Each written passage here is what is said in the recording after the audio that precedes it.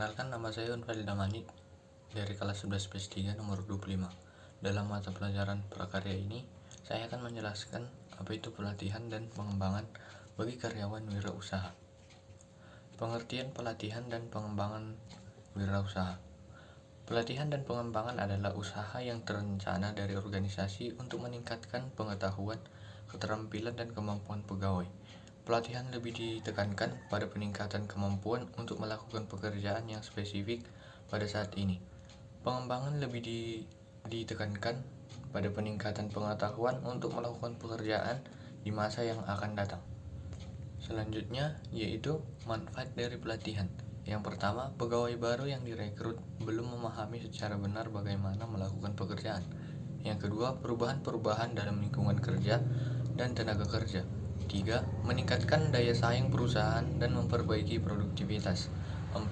Menyesuaikan dengan peraturan-peraturan yang ada. Misalnya, standar pelaksanaan pekerjaan yang ada dikeluarkan oleh asosiasi industri dan pemerintah untuk menjamin kualitas produksi atau keselamatan dan kesehatan kerja. Pembahasan berikutnya, langkah-langkah dalam melaksanakan pelatihan. Yang pertama, menganalisis kebutuhan pelatihan organisasi yang sering disebut dengan need analysis atau need assessment.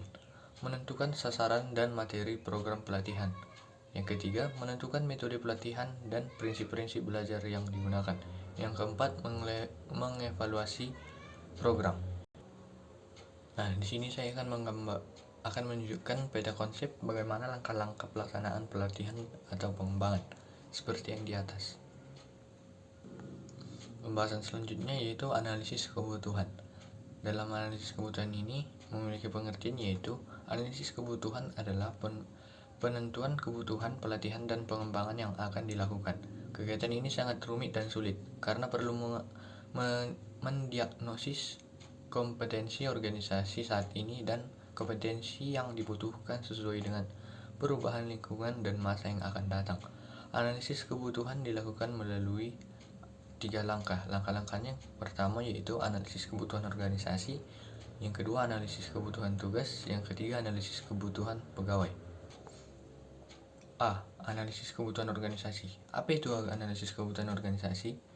Analisis kebutuhan organisasi yaitu mengidentifikasi strategi organisasi, lingkungan organisasi pada saat ini dan masa yang akan datang untuk mencapai tujuan yang tertentu. Tantangan lingkungan yang menghendaki kompetensi pegawai ditandai dengan A. Lingkungan persaingan yang semakin ketat sebagai akibat globalisasi. B. Kecenderungan peningkatan outsourcing. C. Perubahan-perubahan teknologi. D. Keanekaragaman pegawai. Dalam analisis kebutuhan organisasi, kompetensi dan perilaku sumber daya manusia agar dapat bersaing harus memiliki yang pertama, inisiatif, mampu bekerja sama. Yang kedua, kemampuan bekerja dalam kelompok. Yang ketiga, kemampuan evaluasi kinerja. Yang keempat, kemampuan berkomunikasi dan mendengarkan. Yang kelima, kemampuan menganalisis masalah. Keenam, kemampuan mengambil keputusan. Ketujuh, kemampuan mendapatkan dan memahami informasi. Kedelapan, kemampuan untuk melakukan rencana. Dan yang terakhir, kesembilan, kemampuan untuk multikultural. Poin selanjutnya yaitu B. Analisis kebutuhan tugas. Yang disebut analisis kebutuhan tugas yaitu menganalisis tugas-tugas yang harus dilakukan dalam setiap jabatan yang dapat dipelajari dari perilaku peran-peran tersebut. Uraian tugas yaitu persyaratan tugas dan standar untuk kerja yang terhimpun dalam informasi sumber daya manusia organisasi. C. Analisis kebutuhan pegawai. Analisis kebutuhan pegawai adalah menganalisis mengenai apakah ada pegawai yang kurang dalam kesiapan tugas-tugas atau kurangnya kemampuan, keterampilan, dan pengetahuan yang dapat diketahui dari penilaian kinerja, observasi ke lapangan, atau kuesioner. Lanjut, dalam penentuan tujuan pelatihan. Tujuan pelatihan harus dirumuskan secara spesifik. Apakah perubahan perilaku atau perubahan pengetahuan yang ingin dicapai setelah pelatihan dilakukan? Berdasarkan tujuan tersebut, maka ditentukan materi untuk pelatihan untuk mencapai tujuan. Dalam pemilihan metode pelatihan, ada 2 pemilihan metode. Yang pertama yaitu metode yang pertama on the job training yang dilakukan pada waktu jam kerja berlangsung, baik secara formal maupun informal. Yang kedua off the job training, yaitu pelatihan dan pengembangan yang dilakukan secara khusus di luar pekerjaan. Lanjut, faktor efektivitas pelatihan. Apa sajakah faktor-faktor efektivitas pelatihan? Dalam hal ini ada 5 faktor yang mempengaruhinya. Yang pertama itu participation atau partisipasi, merupakan keterlibatan seseorang peserta dalam kegiatan secara aktif dan secara langsung. Yang kedua, repetition adalah melakukan atau mengatakan secara berulang-ulang dalam usaha menanamkan ide dalam ingatan seseorang. Yang ketiga, relevance. Pelatihan mempunyai arti atau manfaat yang sangat penting pada seseorang.